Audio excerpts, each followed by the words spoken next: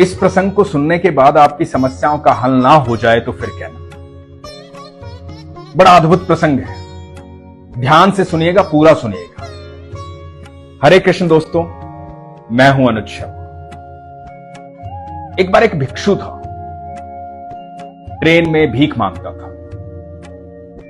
रोज नई सवारी आती थी, सबके सामने जाता, भिक्षा मांगता, कोई देता कोई नहीं देता। एक दिन उसी ट्रेन में एक सेठ बैठा हुआ था। भिक्षु को लगा कि ये तो बड़ा सेठ लग रहा है, सूट बूट पहने हुए, इससे भिक्षा मांगता हूं, कुछ ज्यादा मिलेगी। गया भिक्षु उसके पास, जाकर बोला, सेठ जी। सेठ ने कहा कि मैं भिक्षा दे दूंगा, लेकिन बदले में तुम क्या दो? भिक्षु बोला, जी मैं तो भिखारी हूं, मैं क्या दूंगा? मैं तो आपसे मांगने आया हूं, मैं क्या दे सकता हूं? सेठ बोला, जब किसी को कुछ दे नहीं सकते तो मांगने क्यों आए हो? जो किसी को कुछ दे नहीं सकता उसे मांगना भी नहीं चाहिए। जिस दिन देने लायक हो जाओगे उस दिन मांग लेना, उस दिन दूंगा तुम्हें। भिखारी चुपचाप देखता रहा। स्टेशन आया, सेठ उतर गया। भिखारी के दिल में यह बात उतर गई कि जब किसी को कुछ दे नहीं सकते तो मांग क्यों रहे। भिखारी ने सोचा, बात तो सही कह रहा, मैं किसी को देने लायक ही नहीं हूं तो मांगू क्यों?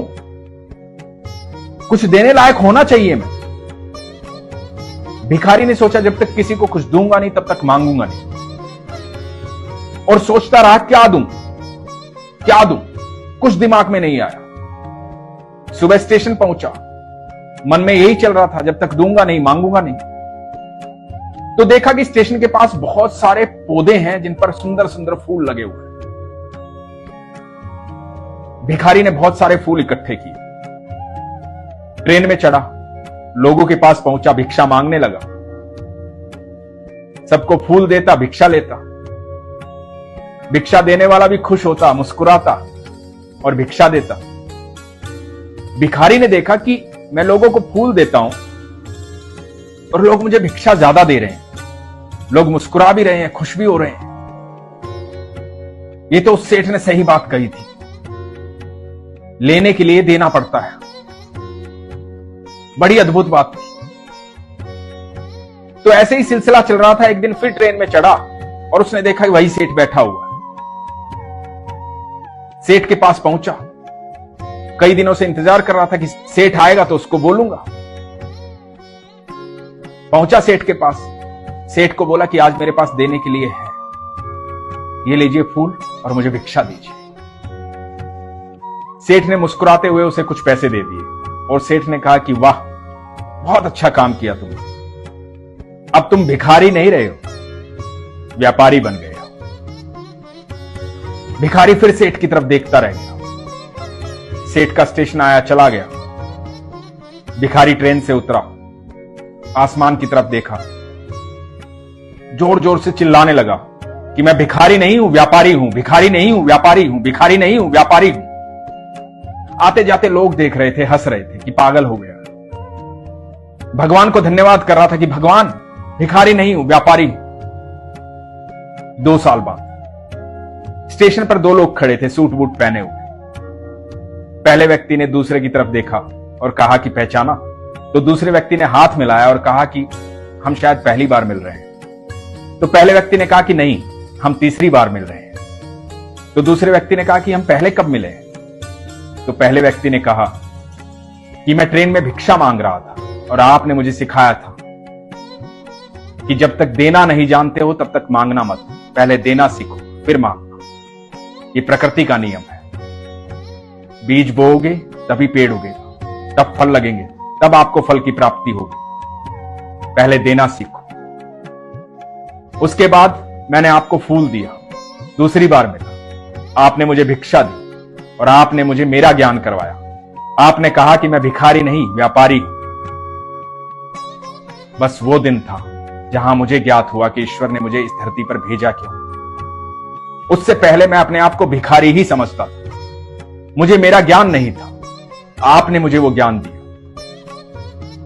मैंने पहले फूल तोड़ करके धीरे धीरे व्यापार शुरू किया, फिर अपनी क्यारी लगाई। आज मेरे बगीचे हैं, मैं फूलों का व्यापार करता हूं। और ये शिक्षा आपने मुझे दी थी। दोस्तों, ये बड़ी अद्भुत बात है।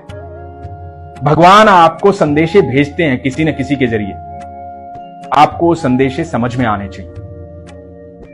जब भी आप मुसीबत में होते हैं तो यकीन मानना, मुसीबत की एक खासियत होती है, मुसीबत जब भी आती है तो हल साथ लेकर आती है। समस्या एक होगी, हल कई सारे होंगे। लेकिन समस्या की दूसरी खासियत यह होती है कि जब समस्या आती है तो दिमाग काम करना बंद कर देता है। वहां पर जब आप ईश्वर के बंदे होते हैं, संतुलित होते हैं, सरल होते हैं, भगवान पर विश्वास रखते हैं, तो आपका दिमाग काम करना शुरू कर देता है और आपको सारे हल दिखाई देने शुरू हो जाते हैं। आपके अंदर हमेशा स्थिरता और सहजता होनी चाहिए। हर समस्या अपना हल लेकर आती है, इसलिए आज के बाद जब भी समस्या आए घबराना मत। ईश्वर को याद करना और देखना कि हल कहां है।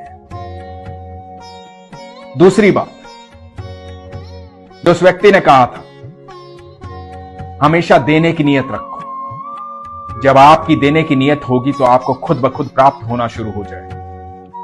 यह प्रकृति का नियम। आपके अंदर देने का भाव होना चाहिए। आप यकीन मानते, जब आपका देने का भाव होगा तो ईश्वर कभी भी आपको ऐसी स्थिति में नहीं आने देगा जहां आपको किसी के सामने हाथ फैलाने पड़े। और एक दूसरी बात जो उसने कही थी वो ये कि आप अपने आप को पहचानो। आप साधारण नहीं हो, ईश्वर की संतान हो। ईश्वर ने आपको किसी मकसद से यहां भेजा। हारो मत, घबराओ मत, पहचानो अपने आप को। यदि आपको लगता है कि आप ऐसी परिस्थिति में जहां आप दुखी हैं, परेशान हैं, या तो उसको हल करो या फिर अपनी परिस्थिति को बदल डालो, क्योंकि आपका मकसद इस धरती पर आकर के रोना नहीं है, बिलखना नहीं है, दूसरों की बातें सुनना नहीं है, एक सफल कार्य करना है। इस यात्रा का संपूर्ण फायदा उठाना है। इस पृथ्वी पर आए हो, इस पृथ्वी को देखो, निहारो, आनंद लो। ईश्वर से प्रार्थना करो कि आपको सक्षम बनाए, आपको वो सारी चीजें प्रदान करें जिससे आप इस सफर का आनंद ले पाए। वो कैसे होगा? जब आप अपना मन शांत करोगे, अपनी समस्याओं का खुद से हल करोगे, क्योंकि आपकी समस्याओं का हल सिर्फ आपके पास है और किसी के पास नहीं है। यह आपको सोचना पड़ेगा कि ईश्वर ने क्या संदेश दिया है मेरे जीवन के लिए। ये जो कहानियां, ये अनुभव मैं आपको सुनाता हूं, इन अनुभवों में बहुत सारे सवालों के जवाब होते हैं। उन जवाबों को तलाश करो, अपने विश्वास को मजबूत रखो, अपना ख्याल रखो। हरे कृष्ण।